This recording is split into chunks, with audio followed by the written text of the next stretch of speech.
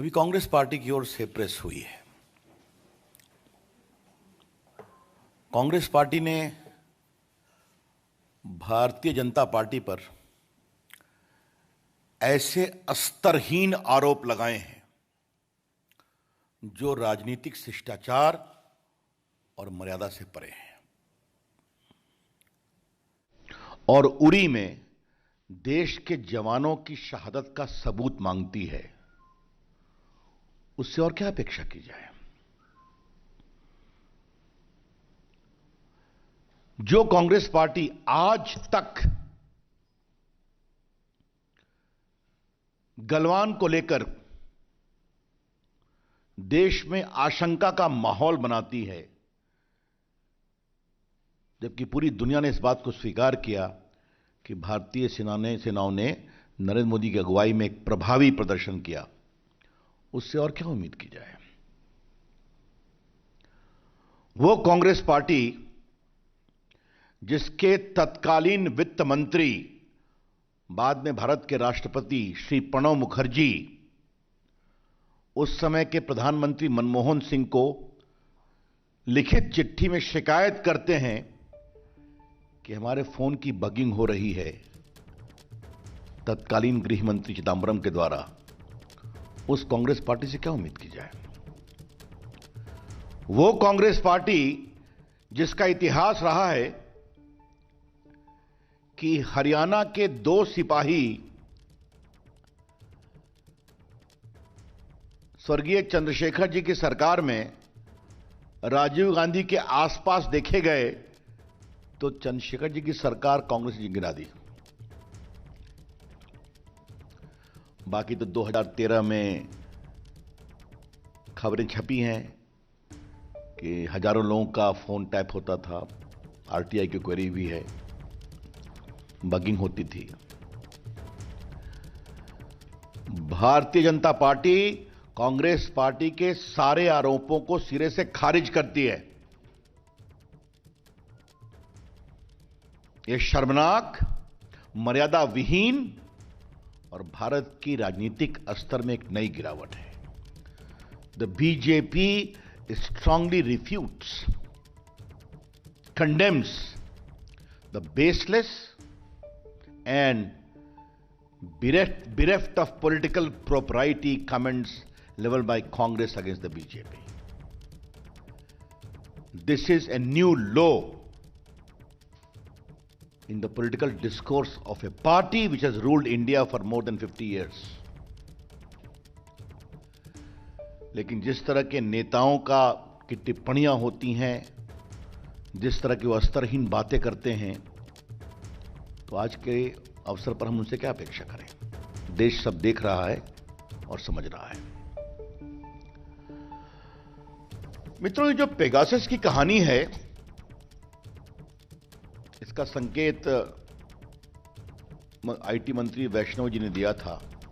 ये सारी कहानी मॉनसून सत्र के पहले ही क्यों शुरू होती है? क्या कुछ लोग ये योजनाबद्ध तरीके से लगे हुए थे कि यह कहानी मॉनसून सत्र के पहले ही फोड़नी है ताकि देश में एक नया माहौल बनाया जाए? मैं कुछ सवाल खड़े करना चाहता हूं। एक संस्था का नाम आया है वायर। मैं किसी की आलोचना नहीं करता, वो है अपनी जगह पर, लेकिन क्या ऐसा सच्चाई नहीं कि उनके द्वारा बहुत सी कहानियां गलत पाई गई? एक जज को लेकर कहानी बनाई गई थी, आपको याद होगा। महाराष्ट्र के जज थे, उनकी डेथ को लेकर सुप्रीम कोर्ट ने भी उस पर टिप्पणी की, वो पूरी कहानी झूठी थी। 2 राउंड उस पर लिटिगेशन हुआ था। उनकी और सारी चीजें क्या है आपको मालूम है। एमनेस्टी क्या है? एमनेस्टी का कई मामलों में भारत विरोधी एजेंडा रहा है या नहीं रहा है? Can we deny that bodies like Amnesty had a declared anti India agenda in many ways? और जब उनसे एक सवाल पूछा गया कृपया करके आपका इंडिया का फंडिंग पैटर्न क्या है फॉरेन का बताइए। तो भारत से विड्रॉ कर गए वो। ये सच्चाई है कि नहीं है? कि जब उनसे कहा गया कि आपका जो भारत में फंडिंग है विदेश से आता है, कृपया करके उसकी कहानी आप कानून की प्रक्रियाओं के अनुसार बताइए, तो कहे we find it difficult to work in India. अब कुछ चीजों को समझना और जानना जरूरी है। इस पूरी कहानी में एक एविडेंस नहीं आया है जो भारत सरकार को इससे लिंक करता है या बीजेपी को इससे लिंक करता है।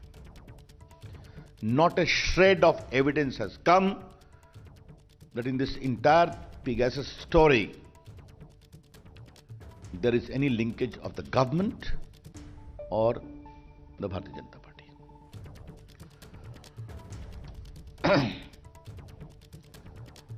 यह सवाल इसलिए जरूरी है कि ये दुनिया डिजिटल दुनिया है, तो दुनिया में बहुत सारे डाटाबेस हैं, लाखों में है, हजारों में है।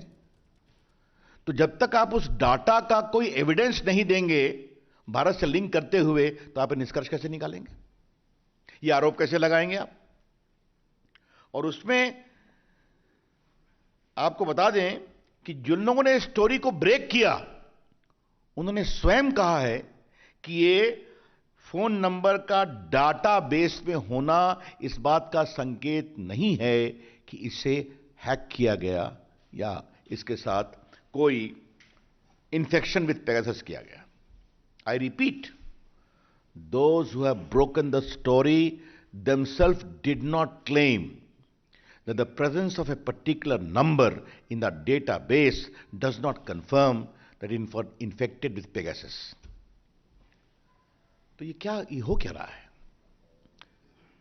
इन बातों को आज देश के सामने लाना बहुत जरूरी है।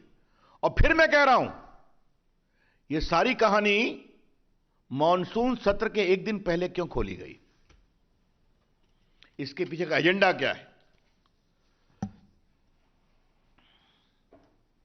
इसमें अंतर्राष्ट्रीय संगठन, हां, और एक बात और है, वो एनएसओ जो पेगासस के मैन्युफैक्चरर हैं, उन्होंने साफ कहा है कि हमारे अधिकांश क्लाइंट वेस्टर्न कंट्रीज हैं।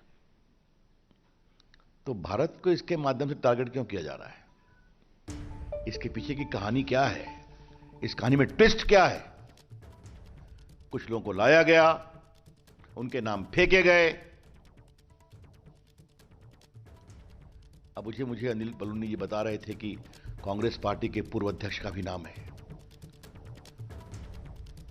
क्षमा करिएगा, मैं व्यंग्य में बोल रहा हूं, उनकी तो सारी टिप्पणी रोज ही ट्वीट पे रहती है। वो देश में खुद ही ज्ञान देते रहते हैं, तो उसके लिए कोई अधिक जानने की जरूरत है क्या? अब एक बात हम आपसे और कहना चाहेंगे कि ये जो पूरे ये संस्थाएं, अंतर्राष्ट्रीय संस्थाएं, और भारत में उसको एक प्रकार से फोड़ने की कोशिश और ऐसे मर्यादा विहीन शब्दों की चर्चा, तो क्या भारत की राजनीति में कुछ लोग सुपारी एजेंट हैं क्या? मैं इस शब्द का प्रयोग कुछ जिम्मेदारी से कर रहा हूं। कुछ दल, कुछ नेता, क्या ऐसी अंतर्राष्ट्रीय कॉन्स्पिरेसी होती है तो उसके सुपारी एजेंट बन जाते हैं? और ये कोई नई बात तो नहीं है। याद करिए आप, कभी भारत की विविधता पर चोट हो रहा है, कभी भारत की मीडिया फ्रीडम पर चोट हो रहा है, कभी भारत में मल्टी कल्चरलिज्म पर अटैक हो रहा है। ये चलता रहता है ना, आप देखते हैं। और इन सबों का कारण एकमात्र यही है, एकमात्र, कि हमारे प्रधानमंत्री नरेंद्र मोदी जी की अगुवाई में जो भारत ने दुनिया में अपनी एक साख बनाई है, उससे लोग परेशान हैं। तो इस विकास की यात्रा को रोको और इस आत्मनिर्भर, आत्मविश्वास भारत की यात्रा को रोको। Try to block the story of India's development, which is आत्मनिर्भर and which is full of confidence। यह है समस्या।